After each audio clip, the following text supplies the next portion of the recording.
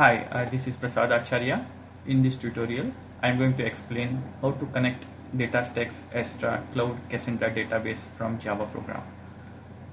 First, we need to create an account in astra.datastax.com.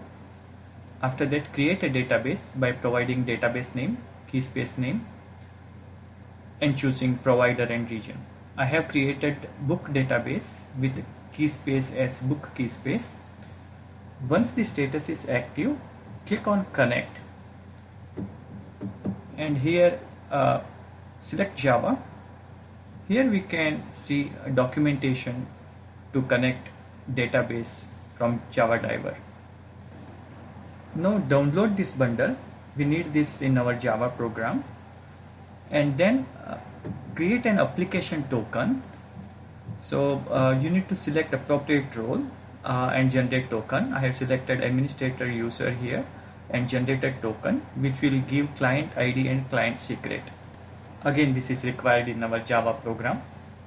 And if you don't have Maven set up in your machine, download and install Maven from this link.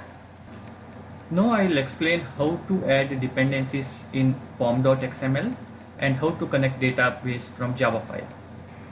I am using IntelliJ IDEA for my Java programming. I have created a Maven project, and in pom.xml I have added required dependencies which will download required jar files for my project. And under source main resources folder, I have included the bundle which I downloaded from Astra, and under source main Java I have created 4 class files. First, in this Cassandra connector Java file, I have written a code to connect AstraDB from Java driver. There are 2 methods here: connect, which will create a SQL session and return that session, and second method is disconnect and exit, which will close the session once all operations are completed.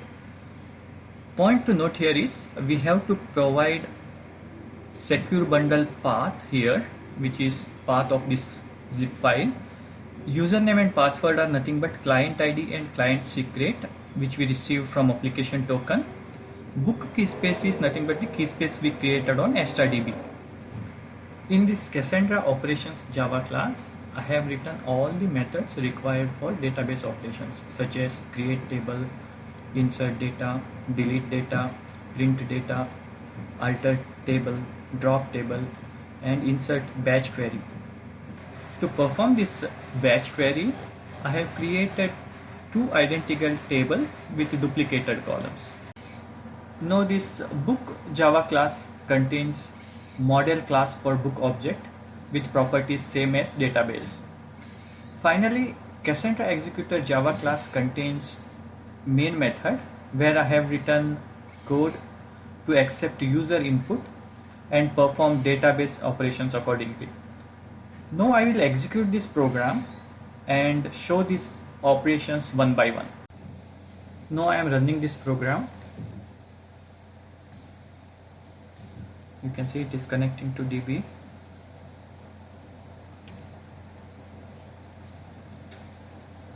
Some log messages here and the connection is successful. Now I have to select one of the options from here. I'll select one to create table.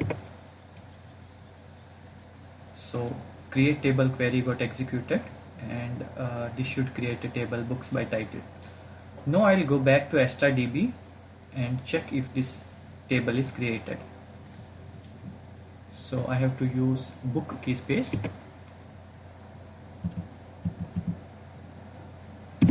Yes, this table is created with title, ID, and subject as the columns.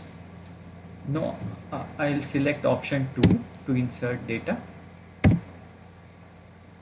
So 3 insert statements. It should insert 3 records with Java Cassandra Big Data as title.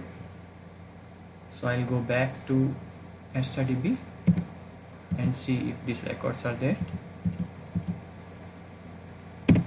Yes.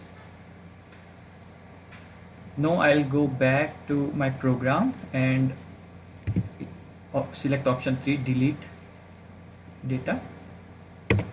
So this should delete big data from books by title. So I should have only 2 records now. I'll go back to my program, my StarDB, and yes, big data row is deleted. Now I'll go back to my program. I'll print data from here. It should show me 2 records. Yes. Now I'll select option 5, that is alter table. Here I am adding one more column, published year, to my table. I'll go back to StarDB and see if this column is added. Yes, this column is added. Since I have not inserted value, it is null now. I'll go back to my program and drop this table, that is option 6. So the drop table query executed. I'll go back to StarDB and see if this table is there. No, this table does not exist. Now I will execute this batch insert query.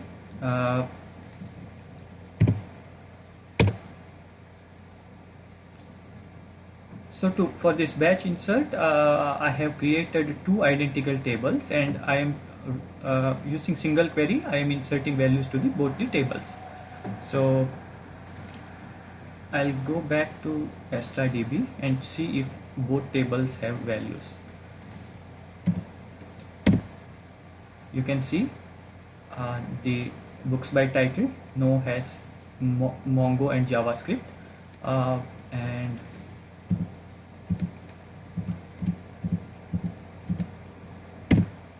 books also contain the same value. Now I'll go back to my program and exit from the program.